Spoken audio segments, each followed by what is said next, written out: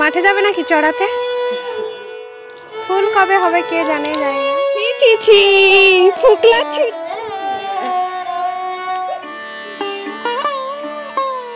Good morning. ঘড়িতে এখন বাজে সকাল 8টা। সকাল বেলায় প্রচন্ড রোদ উঠেছে, সঙ্গে গরমটাও বেশ পড়েছে। সকাল সকালই বরমশাই তার বাগিচাতে সার ছেটাচ্ছে। সমস্ত কাজকর্ম সেরে বিকালে আমায় আবার যেতে হবে একটু বাবার বাড়িতে। তাহলে নমস্কার সবাইকে, আমি বিপাশা আমার চ্যানেলে সকলকে স্বাগত জানাই আরও একটা নতুন সুন্দর ব্লগে। আশা করি যে যেখানে আছেন ভালো আছেন এবং সুস্থ আছেন। আমি তো আপনাদের আশীর্বাদে আর ঈশ্বরের কৃপায় ভীষণ ভালো আছি। চলুন সকাল থেকে আজকের গল্পটা শুরু করা যাক। বেশ কয়েকদিন হলো বাবার বাড়ি যাওয়া হয় না। ফোন করে সবাই শুধুই বলছে একটু আয় ঘুরে যা, আর আমার সেইভাবে সময়ই হয়ে উঠছে না জানেন। এই যে এখন হচ্ছে পাড়ায় মহানামযজ্ঞের গান ছেড়ে বাধ্য হয়ে একটু যেতে হবে বাবার বাড়িতে। বর্মশাই তার বাগিচায় সার সচরাচর দেয় না, কিন্তু সিজন ছাড়াও যে সমস্ত সবজিগুলো এই যে লাগিয়েছে তাদেরকে একটু সুস্থ স্বাভাবিক মানুষ করে তোলার জন্যই আসলে সারটা দিতে হচ্ছে। আর এই দেখুন, শীতের মধ্যে তো ছিল, পরাণ চাষি কি আর সাদে বলে। দেখুন হাতের কামাল। এই যে লাগিয়েছে হচ্ছে, কি কি লাগিয়েছো একটু বলে দাও। ধইনে, পালন, দেখলেন তো, এই দেখুন শীতের সিজনে তো খেয়েছি, গরমের মধ্যেও ধনে পালং শাক সব কিছু লাগিয়েছে। আর তার বাগানটা কিন্তু সে সব সময় সুন্দর করে পরিষ্কার পরিচ্ছন্ন করেই রাখে। প্রচন্ড রোদ লাগছে, প্রচন্ড রোদ উঠেছেও, রোদের জন্য কিছুই চোখে দেখতে পাচ্ছি না। এই একটা শশা গাছ নেতিয়ে পড়ে আছে, ছোট্ট কুট্টি একটা শশা ধরেছে।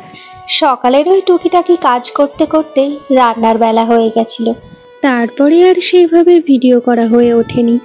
সকালের খাওয়া দাওয়া সেরে বরমশাই গেছিল তার একটু কাজে, সেখান থেকে ফিরতে ফিরতে দুপুর গড়িয়ে হয়ে গেছে বিকাল। এখন ঘড়িতে বাজে ওই 3টে মতো। বরমশাই ফেরার সময় রাস্তা দিয়ে যাচ্ছিল, ছোলার ছাতু বিক্রি করে এই হকারিরা, ওনাকে দাঁড় করিয়েছে বরমশাই। বেশ কয়েকদিন হলো ঘরে ছোলার ছাতুটা বাড়ন্ত হয়ে গেছে। বাজার থেকে ছোলার ছাতু আনবে করে আর আনার সময় হয়ে ওঠেনি। বাড়ির ওপরেই ছোলার ছাতুটা বিক্রি করতে এসেছে দেখে ওনাকে সেই জন্যই বরমশাই দাঁড় করিয়েছে। পাড়ার অনেকেই এনার থেকে ছোলার ছাতু নাকি নিয়েছে, খেতেও নাকি ভালোই, খুব একটা খারাপ নয়। সেই জন্যই আমরাও ওই 1 কিলো মতো ছোলার ছাতু ফার্স্টে নিয়ে খেয়ে দেখি, ভালো লাগলে তারপরে ওনার থেকেই পরে নেওয়া হবে। এদিকে আমাদের লক্ষ্মীকে বাড়ির বাইরে আর কোথাও বাঁধা হয় না, তাই আর কি বরমশাই তাকে নিয়ে একটু ঘুরঘুর করছে। মাঠে যাবে নাকি চড়াতে?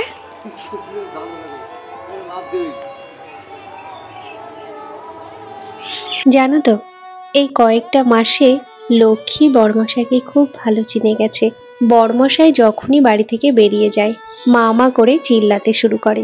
তাদের মধ্যে একটা সুন্দর বন্ধুত্ব তৈরি হয়েছে। এখন এমন একটা সময়, মানুষ স্বার্থ ছাড়া কেউ কাউকে ভালোবাসে না, কিন্তু একটা পশু শুধুমাত্র কোনো স্বার্থ ছাড়া ভালোবাসে। আজ সকাল থেকে সারাদিনটা প্রচন্ড গরম পড়েছে। বাড়ির সামনেই তো আমাদের রাস্তা, রাস্তায় প্রচন্ড ধুলো হয়েছে। আর রাস্তা থেকে কিছুটা দূরে গিয়েই হচ্ছে আমাদের ভৈরব নদী, যেটা একদম বাংলাদেশের সঙ্গে গিয়ে মিশেছে। বরমশাইয়ের কথা হচ্ছে রাস্তাটা একটু জল দিয়ে যদি ভিজিয়ে দিই, ধুলোটা তো মরবেই, সঙ্গে ওই ভৈরব নদী থেকে যদি হাওয়া আসে, ঠান্ডা হাওয়াটা আমাদের বাড়ির ভেতরে ঢুকবে। সেই কারণেই রাস্তাটা ভিজিয়ে এসে হচ্ছে বাড়ির ভেতরের গাছগুলোতে জল দিতে। এই যে একটা আজব কাণ্ড, সত্যি এটা আমি কোনোদিনও দেখিনি। টব থেকে মাটি সহ গাছের গোড়া হাতে তুলে নিয়ে গাছের গোড়ায় জল দিচ্ছে। এইরকম আজব কাণ্ড কারখানা সত্যি আমি এর আগে কোনো দিনও দেখিনি। যা গিয়ে তার মনের শান্তিতে সে গাছে জল দিচ্ছে। আর এদিকে বনের থেকে এনেছিলাম এর আগে একটা পদ্মের টিউবার, সেই গাছটা তো সুন্দর হয়েছে, সঙ্গে পাতাগুলোও বেশ বড় বড় হয়েছে। মা, পশু হোক বা মানুষ, মা মাই হয়, সবাই চায় তার বাচ্চাকে একটু আগলে রাখতে। এখানে কালুয়া যেমন তার বাচ্চাদের একটু পাহারা করছে, আর তারা মনের সুখে খেলা করছে।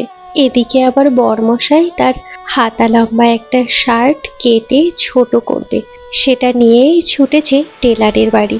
দেখেছো কাণ্ড, গরমের আভাস পেয়ে বলেছিলাম বৃষ্টি আসবে, বিকাল হতে না হতেই বৃষ্টি শুরু হলো। আমি রেডি হয়ে প্রায় 1 ঘন্টা মতো বসেছিলাম। ওই যে সকালে বলেছিলাম যেতে হবে একটু বাবার বাড়ি, বৃষ্টিটা থামার সঙ্গে সঙ্গেই সন্ধ্যা লাগতে লাগতে পৌঁছে গেছি বাবার বাড়ি। ছি ছি ছি, ফুকলা ছুঁচো খাবার খাওয়ার জন্য কি করে বেড়াচ্ছে। High high high high high high, bag গেল আমার, আমার ব্যাগ গেল, ব্যাগ গেল। দেখেছো, আসার সঙ্গে সঙ্গে দিদির ওপর বিট্টু বাবুর অ্যাটাক হয়েছে। বর দিদি, তুমি আমার জন্য কি এনেছো গো? যেই না দেখিয়েছি তোর জন্য এনেছি কোল্ড ড্রিঙ্কস। অনেক বুঝিয়ে শুনিয়ে বোন তাকে নিয়ে কিছুক্ষণ বই নিয়ে বসলো, কিন্তু সে আর মন দিয়ে পড়তে পারলো না। মনটা ছুটে শুধু চলে যাচ্ছে কোল্ড ড্রিঙ্কসে। যে এই যে ঠান্ডার বোতলখানা কে আনলো? এটা আমি আনেছি। ও বাবা, ঠিক আছে তাহলে Bye কবে bye. নিয়ে যা তুই। লাইক সাবস্ক্রাইব করে দিবা, কিন্তু একটা কথাই মনে রাখো, কমেন্টে তোমাদের নাম লিখতে। এ কি? কি আছে? এরাম গোপাল ভাঁড়, এ কি? গোপাল ভাঁড়, তুমি কি সেজেছো? দিদির বিয়ের জন্য কি তুই আগের থেকে সাজাগুজা শুরু করছিস? হ্যালো গাইস, বিট্টু এখন থেকে সাজুগুজু শুরু করে দিয়েছে। তাহলে বাবার বাড়ি আসলে তো আমাদের এইভাবেই ভাই বোনেদের খুনসুটি চলে। চলো আজকের ভিডিওটা এখানেই শেষ করছি। সবাই ভালো থাকবে, সুস্থ থাকবে এবং নিজের খেয়াল রাখবে। Tata and good night.